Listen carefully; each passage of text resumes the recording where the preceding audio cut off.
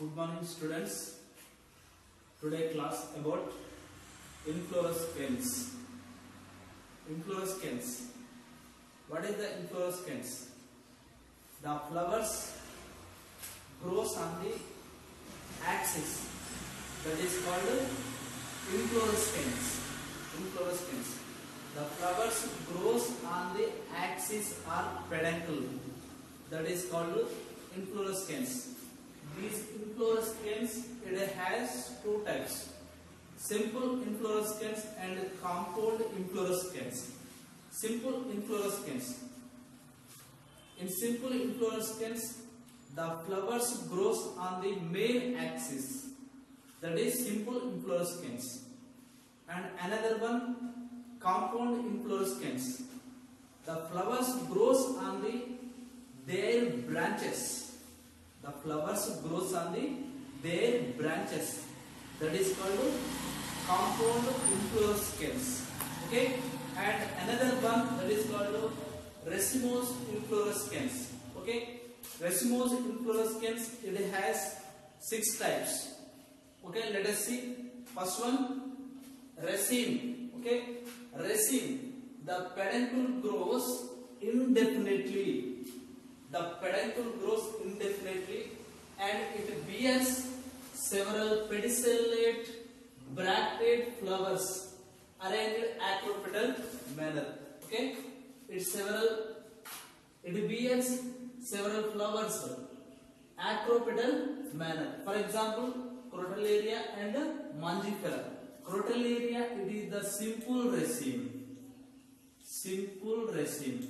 And Mangifera, it is compound. Mangifera, it is the compound. Okay. Crotalaria and Mangifera, that is the raceme. And Corymb. Corymb, what is the corymb? The peduncle is long. The peduncle is long. Okay. Right. It bears many sessile flowers. It bears many sessile flowers arranged in acropetal manner. Okay, acropetal. What is the acropetal? Acropetal, it is the flowers arranged in the one flower is here, it is one node, and another flower it is and above the node. Okay, it will be a spring-like structure. Okay, this is called acropetal. Acropetal. ఏకాంతరమైనటువంటి అమరిక. Acropetal. For example, the flowers brought at the same point or same level. The flowers are brought at the same level. Okay, born at different nodes. Another one node and another one node. Okay, the nodes are different nodes. The flowers are same level. Okay, it is called corymb. The best suitable example, cassia and cauliflower. Okay, cauliflower. And third one, umbel. The peduncle is condensed. Okay, the peduncle is condensed. All the flowers appear have arises from the same point. Okay, all the flowers have arises from the same point of the peduncle. Okay, and the base of the flower, here it is. See, look here. The base of the flowers bracts of involucre in a whorl. Okay, this is the best suitable example, onion and carrot. Onion, it is the simple umbel. Simple. Carrot is the compound. Carrot is the compound. Best suitable examples, onion and carrot. Okay, this is the 3: raceme and corymb and umbel. Okay, once again, see, look here. Raceme. This is the peduncle grows indefinitely. అనిశ్చితమైనటువంటి Pushpa విన్యాసం కలిగి ఉంటుంది raceme. అనిశ్చితమైన అంటే ఒకసారి పుష్పం పూసిన తర్వాత ఈ యొక్క పుష్ప విన్యాస అక్షం అనేటువంటిది మళ్ళీ పూయదు, రాలిపోతూ ఉంటుంది. మళ్ళీ కొత్త బ్రాంచెస్ ఓపెన్ అయినప్పుడు మళ్ళీ ఇది ఫ్లవరింగ్ పుష్పాలు అనేటువంటి పూస్తుంది. కాబట్టి అనిశ్చితమైనటువంటి, ఇండెఫినెట్లీ అనిశ్చితమైనటువంటి ఇలాంటిది మనకి ఎందులో కనిపిస్తుంది అంటే క్రోటలేరియా అండ్ మామిడిలో గాని జనుములో గాని ఈ విధమైనటువంటి అనిశ్చితమైనటువంటి పుష్ప విన్యాసం కనిపిస్తుంది. ఒకసారి పుష్పం పూసిన తర్వాత ఆ యొక్క పుష్ప విన్యాస అక్షం మళ్ళీ పూలు పూయదు.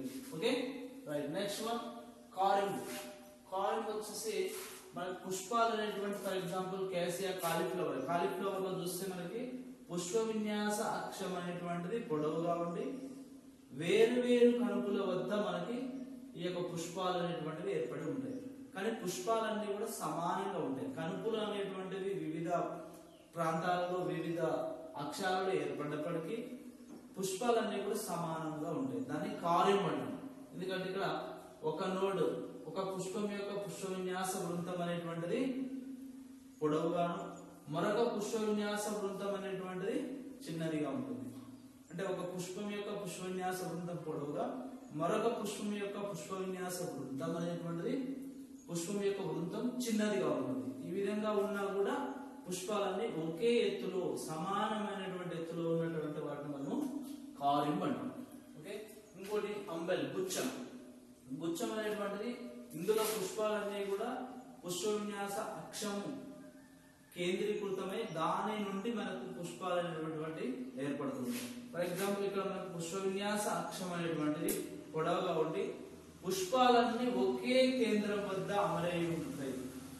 ఒకే కేంద్రం వద్ద వీటి యొక్క పుష్ప విన్యాస వృంతాలతోటి ఒకే కేంద్రం వద్ద అమరి ఉన్నట్లయితే దానిని అంబెల్, గుచ్చం అంటాం. మనకు కనిపించేది ఏంటంటే ఆనియన్, ఉల్లిలో కనిపిస్తుంది, క్యారెట్ లో కూడా ఈ విధమైనటువంటి విన్యాసము కనిపిస్తుంది. ఇవి మూడు మనకు racemose, ఇన్ఫ్లోరెస్కెన్స్ and another one 3 topics. Okay,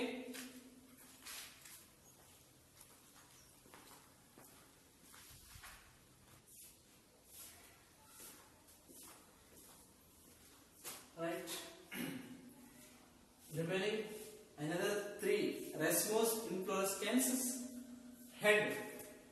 Okay, here it is head. What is the head? Head is the unisexual and bisexual sessile flowers developed centripetally. Unisexual and bisexual flowers developed centripetally. Okay.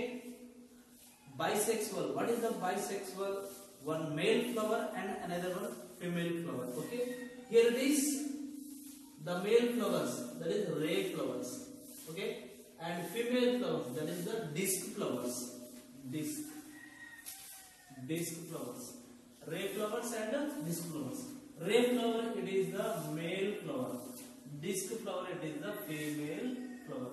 Okay, it is the unisexual and bisexual sessile flowers developed centripetally in acropetal manner. Okay, acropetal manner. Right, such arrangement it is called head inflorescence. Such arrangement, this type of inflorescence, it is called head inflorescence. The best suitable example, Tridaux and sunflower. Tridaux is the simple head, and sunflower it is the compound head. Okay, compound head. Another one. Okay, spike. The peduncle is long. Very long. The peduncle is long. It bears many sessile flowers arranged acropetal manner.